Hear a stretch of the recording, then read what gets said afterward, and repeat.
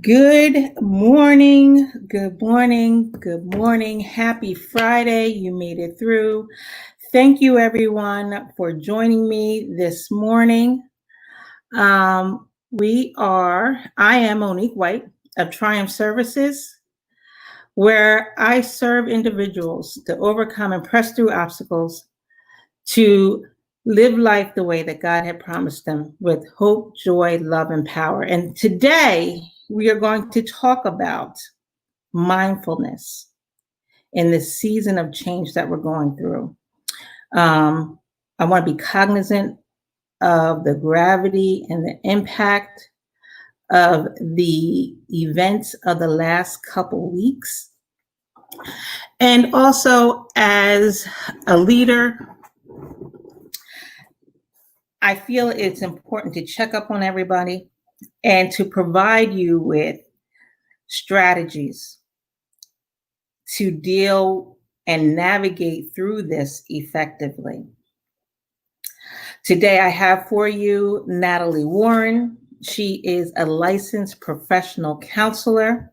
She's been in practice for 16 years, and she's been in her own private practice for 12 years at Empowerment Inc.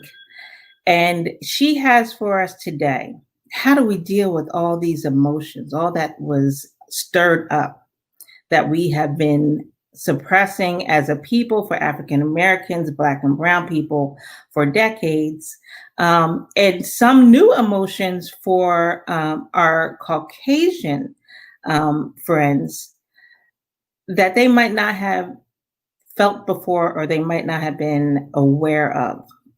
How do you navigate that? So I'm going to bring on Natolie.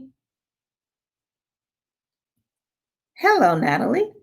Hi, Monique. Thank you for having me. I'm excited about this conversation we're going to have.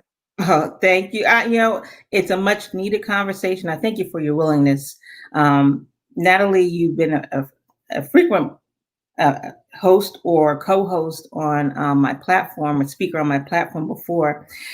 And, as I reflect on these past couple of weeks, it's been a tumultuous year. Even we can't even say the past couple of weeks because it's been one thing after another after another. And for the African American community, for the minority community, these events like these, not only are they upsetting and cause feelings of frustration, but they also have a tendency to stir up within each of us as individuals our own past experiences that we have lived through, that have occurred to us, that we may not have fully dealt with, the feelings that go along with that, or they're coming at us and having a cumulative effect.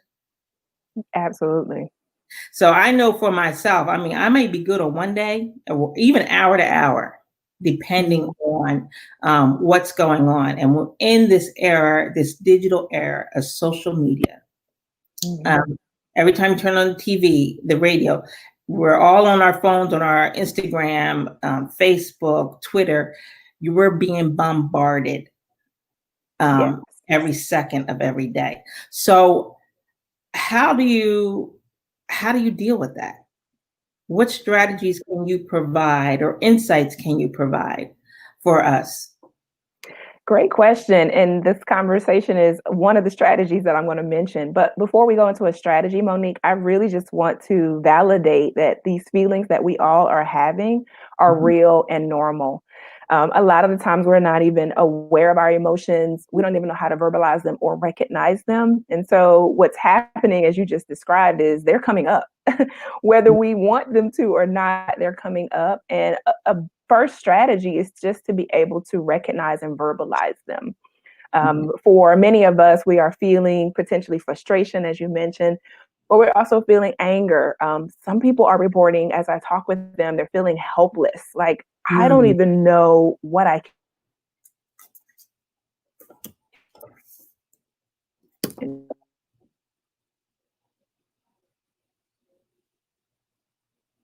do. So We have to be mindful of that. I think I went out for a second. We have to be mindful of that because the first strategy in doing anything with them is to know that they're there and to validate that they're real.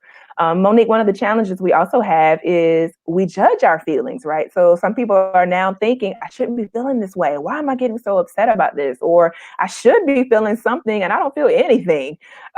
Those judgments don't serve us, especially when we're trying to learn how to navigate and manage emotions. So before I talked about strategies, I wanted to talk about what's really going on. Can we also mention while we're talking about this that we're also in a pandemic? So Yeah. we are having two major collisions happening in our lives. And many people will report having challenges in their lives when more than one thing is happening at the same time.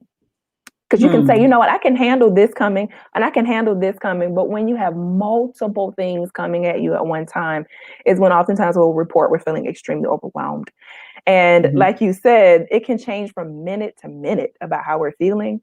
So I would start with that first strategy is just validating and verbalizing, expressing those emotions and being okay with the fact that you're feeling that way, because it's okay to truly not be okay. So that's the first strategy, Monique, I would give. I know I can give so many more. So I didn't know how far you wanted me to go into strategies or us just kind of having dialogue about that. Actually, a little bit of both, but I want to touch on something that you said. The first strategy is validation, and you mentioned validating that we're experiencing those emotions, and hopelessness. It was one of those emotions that you mentioned, and it struck me that you said that because I had a conversation with my daughter the other day, which we'll talk about, as we get further in this conversation. How do we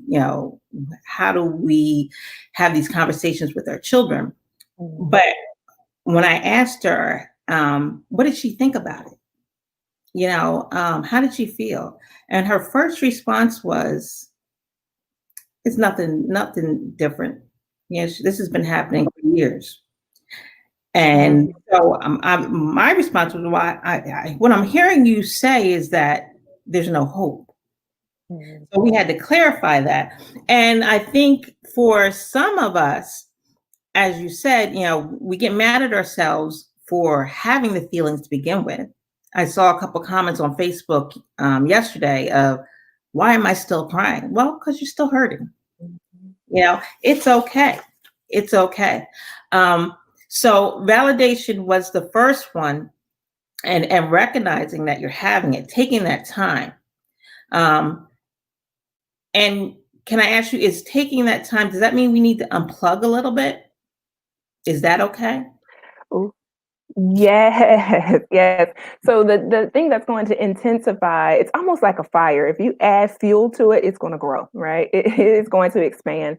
But another strategy that's a great one is to unplug or set boundaries around what you're allowing in. The thing that's the closest to your brain, there are two things that are the closest to your brain, your ears and your eyes. And if you can gauge and monitor what comes into the ear gates and the eye gates, you have a better chance at managing the emotions. So yes, unplugging from social media, being aware of what you're listening to as far as the news outlets. I often say to people, you want to be informed, but you don't want to be in a state of panic. And if you take in too much of that, you are going to potentially be in that state of panic. You're also, when you're taking in stuff from social media and the news outlets, is you're taking on the fears and the uncertainty of other people. So now you're taking it as your own. And you've got to have, which is another strategy, you've got to have a filter to be able to say, is this how I feel about this? Or is this coming from an outside source and I'm taking it on as my own? Someone else's opinion does not have to be your truth. Now, I teach clients that a lot, not just in the pandemic and in the crisis that we're experiencing, but in life. Someone else's opinion does not have to be your truth. And if you can filter through to say, no, I'm taking this on, but this isn't my feeling, my emotion, my experience, then you're able to put up those filters that are very important in regards to another strategy. Okay. All right. That's good. Now, in regards to setting up a filter, how do you develop that? For example, if you're in a work environment A lot of us are in a corporate environment or a traditionally white profession where our colleagues may not get it. And you're going to be hearing things that don't align up with your experience, and where you're coming from, your perspective. How do you develop a filter in that context? Great, because that can happen not just in the workplace, but in your family, right? And in your own family members. So, what I would offer is you've got to be aware of what your expectations are of other individuals who differ from you. Because sometimes, obviously, we're very passionate about this and we want to educate and we want to inform. But the expectation has to be maybe they aren't ready for that, or maybe they're not where you would like for them to be at this moment. And so sometimes that filter is really about not engaging in that conversation, not engaging in that dialogue if you're aware that it's not going to be fruitful. Because obviously it's going to bring your defenses up, right? Which is going to bring up more emotions for you. So that filter, sometimes even in the social media posts, is you being aware of, if I engage in this dialogue, will it be fruitful? Will it be productive? Or will it only fuel some of these emotions that I'm trying to maintain and manage? So that's another filter that I would think of, being aware of the expectations and seeing if this is something that you want to engage in. And if you choose not to, then you put the filter up and say, I choose not to do this. I will find another way or another outlet to be able to voice those things. Right, right. And I think about, well, let's just say Facebook. I know for myself, I have filtered out people that don't line up with what I'm about, based on the reactions, the reposts, their posts, no post. Because for me right now, silence is not acceptable. We're not in an era to be silent anymore. So, with that comes a kind of a grieving process of what you once thought. Yes. What you once thought that person was, your relationship was or is. So on top of all of these emotions that we have going on and we're grieving in that. I mean, make no mistake, we're grieving in that. Now you have, and I've seen other people doing this also. They've seen people in different lights. So now you're grieving loss of a past relationship. So could you talk about the grieving process, and what to be expected, how we should be expect to go about it, how to go about it, a positive way to go about it, a negative way to go about it, and that it's okay to be feeling those emotions. Yes, yes. This is important to add to the conversation because grief is definitely a huge component of why we're having trouble. And let's also remember, we're still grieving from the COVID-19 pandemic. So we're having double grief at this point. And many people don't even know what grief is. But grief, let me explain that first, is this the loss of something. We often associate it with just death, but grief can be just the loss of something. And so as we're going through this, you're right, there are relationships that are being impacted. I read someone earlier and she mentioned that she was grieving the loss of a white friend that she had and that relationship, because now they're realizing that they're on different pages for many things. And it hurt. And I want to validate that it hurts. There's a lot of disappointment. There's a lot of guilt, maybe there's a lot of anger around it. And those are normal stages of grief in general. And so I think that is important to talk about. Like, how many of us are grieving who we thought someone was, or grieving a relationship that we had, or the hope of that relationship. And that can be on many levels. How do I move past that? Just like I would tell anybody else that's grieving anything else, is you got to go through that process. And what will not help you is denial, right? It's an important feature of grief because we have to have it. It's almost like going to the dentist and you don't get any numbing medication. Like, who's raising their hand to get signed up for that? Nobody. But you've got to move past that. So the numbing medicine has to wear off at some point so that you can feel the other emotions that are underneath there. So denial is important, but it's not necessary. I mean, it's not one of the things that's going to move you through the process. Okay. It's going to slow down your process. Another thing that's not going to help you ask for those strategies is anger. Now, it's a normal part of the process, but if you get stuck there, here's the thing. Anger is like you drinking poison and expecting someone else to actually feel it. It doesn't impact the other person, it impacts you. And so coming through that, having a safe space to talk about it, which is why we're doing this today, Monique, is one of the ways to get through grief is to talk about it. Like, listen, y'all, we are experiencing something we've never experienced in our history, meaning 50 states are in a protest. We have other countries that have joined us in protesting this matter that's at hand. This has never happened in history. So we're all experiencing something we've never experienced. We've never experienced a pandemic and racial social injustice. We've never experienced them on the same level at the same time. So a part of that is having a safe space to talk about it, and then allowing yourself permission to feel all the things that you're going to feel. And know that you may not know how it's going to turn out. You may not know, you may go from one stage to another. Many people will go from anger to sadness to guilt. You may go through all of those stages, and it's not a graduation either. Let me say that. You don't graduate from one stage, Monique, and say, I got it. You can actually revert back to a stage when we talk about grief. But here's where we want you to go. The stage that you want to get to is acceptance. And here's what I want you to know. It's not acceptance that what happened was okay. It's acceptance that you will be okay. And if you can embrace that and allow yourself to go through that process, you will end up at the end saying, I will be okay. So those are the things I wanted to share about grief. It's a very important thing to discuss. Right. That's an important distinction. It's not that what happened is okay, but it's that you will be okay. That I like that. I like that. So we have, validation, unplugging, taking that time, and then developing a filter. What's another strategy? Yes, great question. Healthy conversations. So we didn't say that one, but having healthy conversations. I've talked to many clients recently, and many of them want to just sit down and have healthy conversations, whether they're with our individuals of the African American race or of other races, and having healthy conversations. Because a lot of what's happening is we're all starting to see maybe there's some things in me that I can change. Maybe there's a way that I can impact what's happening. And a lot of that comes through those healthy conversations and being sure to help the other person understand, and you being able to understand where they are. That ability to have that empathy is also something that comes from healthy conversations. So that's another strategy I will add, is having those healthy conversations. Right. That's important.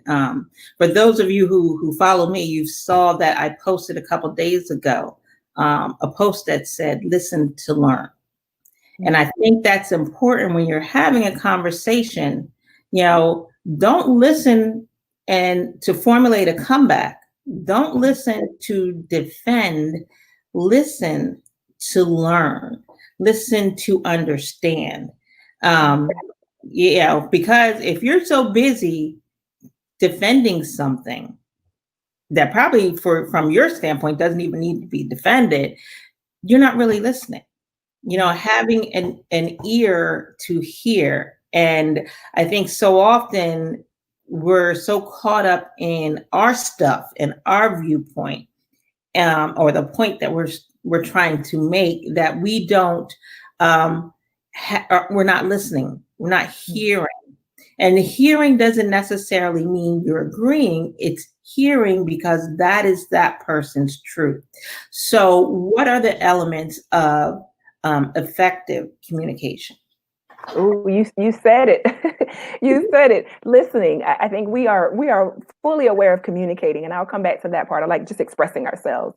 But listening is so much more of communication. Being able to hear what the person is saying and put yourself in their shoes. And what you said was true. It's not that I agree, but I certainly can see where you're coming from. And that's a human emotional need. We have two of the human emotional needs that we are not aware of. And one is to be heard, and the other one is to be understood. And if you can place yourself in a conversation when you're communicating to allow yourself to allow the other person to be heard and understood, there's a lot that can happen in that conversation. And so obviously it's the communication piece. The other part of communication is actually what we say. And it's really about not blaming, because that can happen in conversation a lot, right? Pointing the finger is you, but being able to say things in a way that they hear how it made you feel, the experience that you had, how it made you feel, is another effective way to communicate. Because then it's not where they're going to get on the defense, right? Which happens a lot in conversations. They're now going to be able to see where you're coming from and allow you to feel understood and heard. So the listening is so important, but it's also about how we say what we say to people in a way that they can hear us, because that's what we really want from them. Right. And I think that's so important. It's, it's not always what you say, it's how you say it. Mm-hmm. It's how you say it. And when you were speaking, I was reminded back to, I had a post a couple weeks ago about an incident that happened at my house. And one of the responses, the one outlier, this lady immediately took offense. And she took offense that, I pointed out that this was a Caucasian, a white man. And it struck me because the first one, person that commented in alignment with me was a white man. So this person didn't take offense. Now, you over here, where it doesn't really apply to, you took offense to it and didn't really hear what was being said, what, the sentiment that was being relayed. But we get caught up on, well, let me just say this. Offense is a decision. Mm-hmm. Offense is a decision. And sometimes we get caught up on the minutia and we get caught up on defending that we miss the whole point. Mm-hmm. Absolutely. And so we have to be careful of that. And so, as you said, it's a conversation, is a back and forth. It's not agreeing, but putting yourself in that other person's shoes and attempting to see something from a different light. And I say attempting because, at the end of the day, other people are not going to understand your own personal experience, because that's for you. They can attempt to, and they can be empathetic, but you, as you said, with your expectations, you can't expect them to fully get it because it didn't happen to them. It's not their truth, right? So, one thing I did want to ask you, because I hear a lot, just with colleagues in general and friends who are experiencing all of these emotions, right? They're having these conversations and not really knowing how to respond. And maybe it's because we have that expectation that other people are going to get it, and it's not in their capacity right now. So how do you maintain and in your response without getting more frustrated? Wow. I think that's an important question, right? Because you can go in the conversation and you're calm and you're at peace, and then something happened and you're like, whoo, and it just kind of goes off. Mm-hmm. I think a few things. One is, and I always talk about this, go into a conversation with knowing what your expectations are, right? Mm-hmm. So if your expectations are that you're going to go in the room and you're going to convince them that everything you said is correct, and then you probably will be disappointed, because that probably won't happen. But also in the conversation, you've got to start to tune in how you're feeling. Like, we can tell when our temperature is rising, right? You can tell when you're getting a little irritated with things.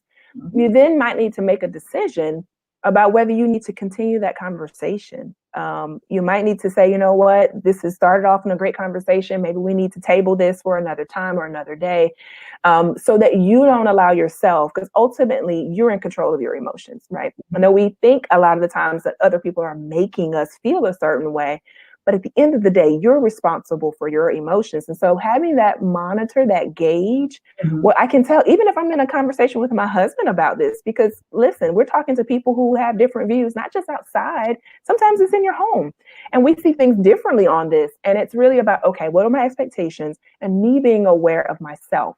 and saying, okay, this is making me feel a certain way. Maybe I don't need to continue the conversation. And that is something you can do to maintain your own control of yourself and your emotions. Good stuff. Good stuff.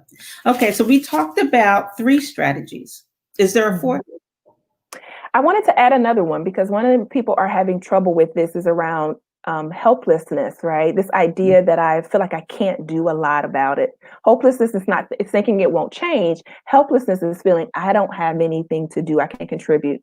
So one of the things I would challenge as a strategy for you to do is to write out all the things about this you cannot control. Because listen, we probably all have a list, right? And that list can be very long. But you want to write those things out, and you want to write out the things that you cannot control. And then I want you to write a list on the things that you can control. And that might be, I can control the conversations that I have around this. I can control who I talk to about it, how I feel about it, how much time I spend listening to the news or watching stuff on social media. You write down all the things that you can control, because here's the thing that we also have as a human need. We have a need to have a sense of control. And if we're focused too much and too long on things we cannot control, we all are going to have trouble. And so you bring yourself back to the things that I can control, and you focus on those things. And that's the things that you do. Now, tomorrow, your list might look a little different, but for today, you make that list. And then you focus on those things that you can control. It gives you a sense of control. Because right now, remember, we're in 2 crises right now. You can feel really out of control and not really know what to do or how to even do anything. That's a strategy that really can help, focusing on what you can control. Right. I'm reminded back to, and people have heard me say this before, but the verse in the Bible that says, do not be anxious about tomorrow, for tomorrow, sufficient for today. Sufficient for today is its own troubles. That's it. It does. But that's basically what you're saying, stop worrying about tomorrow, next week, or whatever. But during this time, during this season, during even this week, focus on today and what you can actually control that is within the power for you actually to make a difference. And I think sometimes that's where the overwhelm comes from, because we're looking too far in advance, and we're missing out on today. And honestly, a lot of these emotions, and that we're going through these emotions, I think is really it is not a bad thing. It's a good thing, because what do I mean by that? Change hurts. Growth hurts. And as a nurse, I hearken back. I think about puberty, and our bones and those growth plates as we're getting taller, as our bodies are forming. That hurts. That whole process hurts. So I brought Natalie on today because just to talk to you all, and to reaffirm for you and affirm to you that what you're feeling is okay. What you're feeling is okay. And not to bury it, because when we bury those feelings is when we start to see those negative manifestations in our bodies, in our relationships, because it just builds up stress. And stress has been scientifically shown to have a physical and psychological impact on our lives. And that's not how God has created us and that to be, and how he has designed us to live our lives. So we talked about four strategies in order to navigate this whole season that we're in. Do you have anything more on mindfulness? And I think really that's what it comes down. It comes down to being really in tune to yourself, and you have to take the time. It is imperative that you take the time out away from all that other stuff going on, and sit down and reflect and meditate on what's going on with me. What Yes. do I need to deal with in me? So do you have anything more on that, Natalie? I wanted to add one thing too with mindfulness and dealing with all of this is breathing.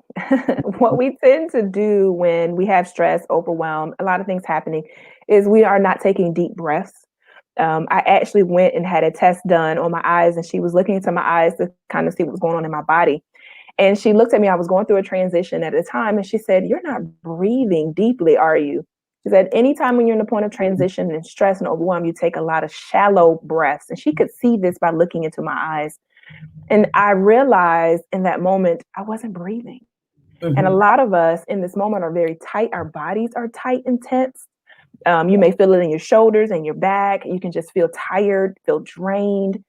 And a lot of the times is that we're just not properly taking the breaths to just exhale and inhale properly. So very simple, but very, very important. I often say that was the first gift that God gave us was breath. He breathed into us. And so you really have to take the time and be intentional with breathing, something that you do without thinking about it on a daily basis. But right now we need to take some of those very deep and deep breaths and make sure they're not so just shallow so that you can have what you need to really move through the day. Another thing I was going to offer around mindfulness is to be in tune to what's happening around you. Like, because there's so many things going on, there's so many emotions, they tend to pull us in two directions. They will pull you into the future, right? So now you're thinking about what's going to happen next year and what's going to happen in 10 years, or they pull you into the past. And that's going to lead you to feeling sad, regretful, remorseful, all of those feelings. And so the idea around what's happening right now and how you can get through this is to remind yourself to stay present and in this moment and enjoy the moment that you're in spite of all that's happening, because truly that is the only moment that you have. And then the last one, Monique, is to find ways to effectively to affect change, right? Because a part of this for many people is, what do I do now? What Mm-hmm. do I do now? And I was having a conversation with one of my teen clients, and she was trying to figure that out. And she and I are going to sit down and work together on maybe a curriculum that she can make for her school that Mm-hmm. can help bring about cultural diversity and sensitivity to cultural issues. She can create that. And now she's feeling like, I am able to contribute. I'm able to do something in Mm-hmm. this moment to help things be better. So those are the things I wanted to add. Good, good. I like that. I like that a lot. But when you were speaking, you brought up something about what's going on around you. And in this era of social justice, as we fight for social justice, we have, because we are in a pandemic, Mm. we have that extra factor of isolation. And, we both know, that isolation puts us at increased risk for, negative outcomes, increased risks for, feeling helpless, hopeless, depressed. All those things can be magnified in isolation. So, how do you recommend that we, as a people who, even if you might not be someone who is, you might be an introvert, you might not be someone that's inclined to go out and protest. Um, how do you maneuver and navigate through that? Great question, because you're right. There is a increase in isolation due to the climate of what we're all dealing with. But the important thing in order to overcome that is to do the opposite, which is find a way to get connected. Find a way to get connected. And that doesn't always mean we have to go out of our homes. Now we have the ability, obviously, to connect virtually. So thankfully, technology has provided us this, because I don't know what would happen if this happened 30 years ago when technology wasn't as popular. But you can get into some virtual connections, reaching out to friends, family members.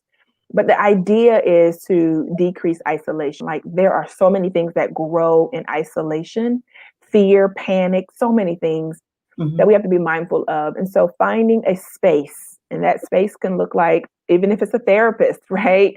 Finding a space where you can actually share and talk and learn and get support that we all need. We're going to need support because here's the other thing, Monique. We don't know the impact that all of this is truly going to have on us until Right. time has gone by.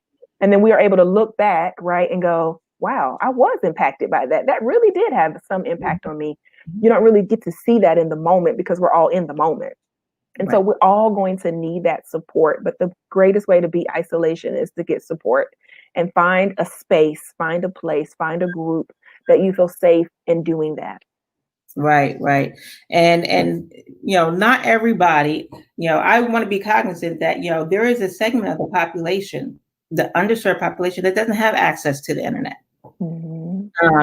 But what most of us have, even that being said, you might not have internet at home, but most of you have a phone. Mhm.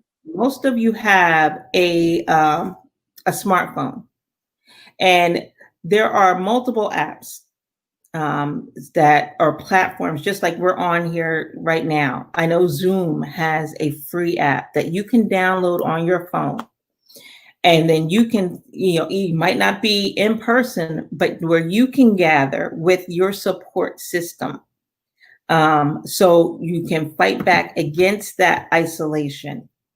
You don't have to have internet at your home. And yes, the libraries are closed, but most people have a phone, right? Most people have a smartphone or something that they can download a free app where they can connect with other people. So I want to thank you so much for coming on today. Everyone, I hope this helps somebody. If it helps just one person, it was makes all the difference. It was worth it. I want to encourage you, if you need help, which is my last question for you, Natalie. When should someone reach out? After they do the self-assessment, if they're feeling like they're getting stuck and bogged down in it, when should they reach out and get help? Wow, great question, because sometimes people aren't sure. I will say if you're continuing to have challenges, right? So you might say, okay, I'm going to try some of these things, see how I am doing. But if over a time period, and usually within a week or 2 weeks, you're like, no, things aren't improving. I'm feeling the same way. Something needs to change. I don't know how or what. I would say reach out for help. Even if you reach out for help, that individual can at least tell you whether you need to go a little further or whether just continue doing what you're doing. But it allows you to have a second opinion on where you are or what you might need. And if you need help, listen, let me say this, it's okay. Like Right. that is why we are here. People who are helpers and people who are healers, that's what we do and that's why we do it. And it doesn't take anything from you if you're having trouble, because remember what I said, we're experiencing two crises at the same time that we have never experienced. So the idea that you might be even saying, I thought I could manage this myself. It's okay if you can't, because we are all in the same storm, but we're in different boats. And I'm going to say that again. We're all in the same storm, but we're in different boats. And that's okay if that's where you are. Yes, yes, yes. And I think we need to get over that stigma. There is nothing wrong with saying, I need help. Nothing wrong at all. So I want to thank you for coming on today, Natalie. For anyone, if you need help, you can see Natalie's information at the bottom of the screen. It's www.ninpower1.com, and they can book a session with you right off of that site. Correct, they can. Okay. And if you want to schedule a free discovery strategy session with myself, you can look at the bottom of the screen. It's scrolling right across. Just click on or copy and paste and put into your browser there, and then you can book time with me also. I want to thank each and every one of you for joining us. We are going to get through this. We're going to get through this, and we are going to come out on the other side changed, for the better. For the better. I think this has opened our eyes. A large segment of the population opened their eyes to what has been simmering under everything, and for a while. But it takes time, and change hurts. Growth hurts. That's a normal process. Thank you again, everyone. I'm Monique White of Triumph Services, where I help individuals overcome and empower them by discovering and leveraging their innate talent, skills, and abilities so they can live life the way that God has promised them. Thank you again, and we'll talk to you soon. Bye-bye. Bye.